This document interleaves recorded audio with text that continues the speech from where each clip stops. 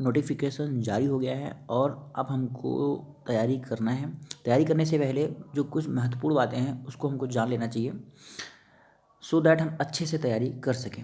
सबसे पहले हम स्कीम ऑफ एग्जामिनेशन की बात करेंगे कि क्या कैसे एग्ज़ाम होता है।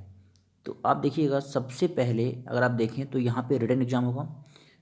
ये रिटन एग्ज़ाम सबसे पहले होता है एंड देन आपका इंटरव्यू होता है। अगर आप रिटन क्वालिफाई कर लेते हैं देन आपको इंटरव्यू के लिए बुलाया जाता है। सो ये प्रोसेस है, सिंपल प्रोसेस। क्योंकि इसमें टोटल अगर मैं बात करूँ तो टोटल 4 ब्रांचेस होती हैं, 4 कोर्स इसमें हैं। मैं आपको बता दूँ, एक होता है आपका IMA, मैं फटाफट से बताता हूँ।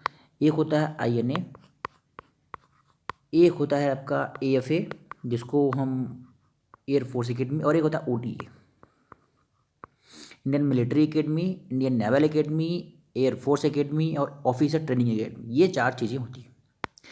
अब इसमें अगर आप देखेंगे तो जो Indian military academy, Indian naval academy and Indian military academy, naval academy and air force academy, इसमें जो सिलेबस है हमारा, उसमें इंग्लिश, जनरल नॉलेज और मैथमेटिक्स ये आता है।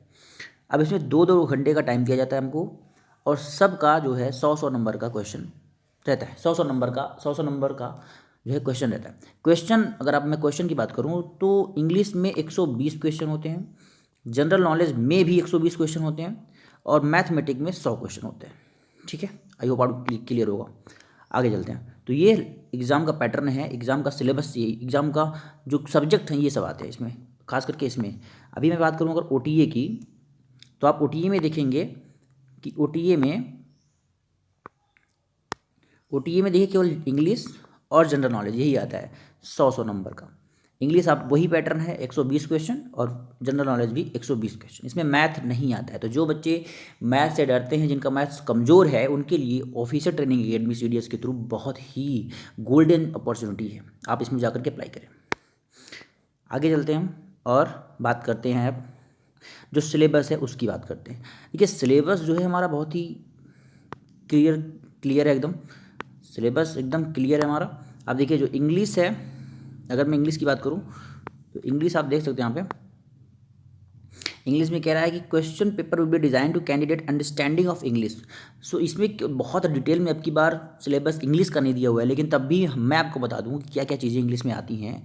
थोड़ा सा मैं अगर बता पाऊँ आपको, तो देखिए, सबसे पहले आप तैयार करके जाइए। जैसे कुछ क्वेश्चन प्रीपोजिशन से, बहुत सारे क्वेश्चन आते हैं प्रीपोजिशन से, तो प्रीपोजिशन तैयार कर लीजिएगा। उसके बाद प्रीपोजिशन के बाद आपका अनसीन पैसेज आता है, एक पैसेज जिसको कॉम्प्रीहेंशन बोलते हैं हम, ये आता है।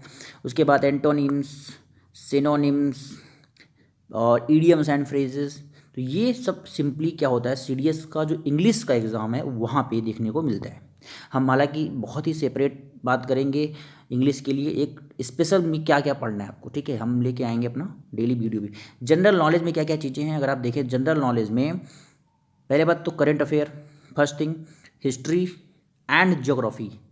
इसको छोड़ करके जो मैंने एग्ज़ाम दिया था और जो आता है और चीज़ें आती हैं, तो हिस्ट्री एक चीज़ आपकी हो गई, और उसके बाद करंट अफेयर, उसके बाद आपका ज्योग्राफी।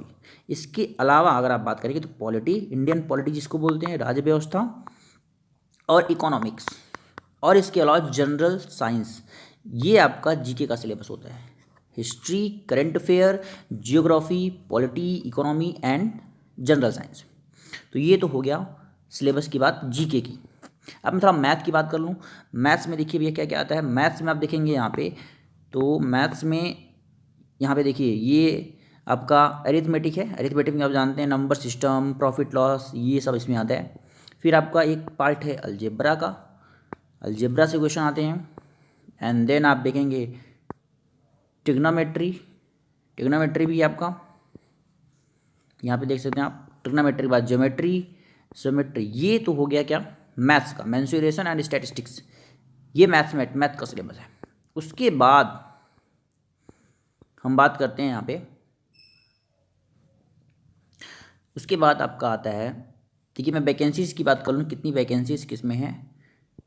सो वैकेंसी अगर आप बात करें,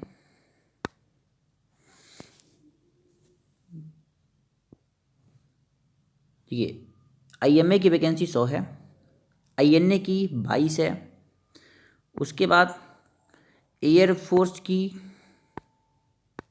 32 है एयरफोर्स में, और जो OTA है, OTA में आई थिंक मैं आपको यहाँ पे लिख दे रहा हूँ क्योंकि OTA का शायद इसमें दिखाई नहीं दे रहा मुझे।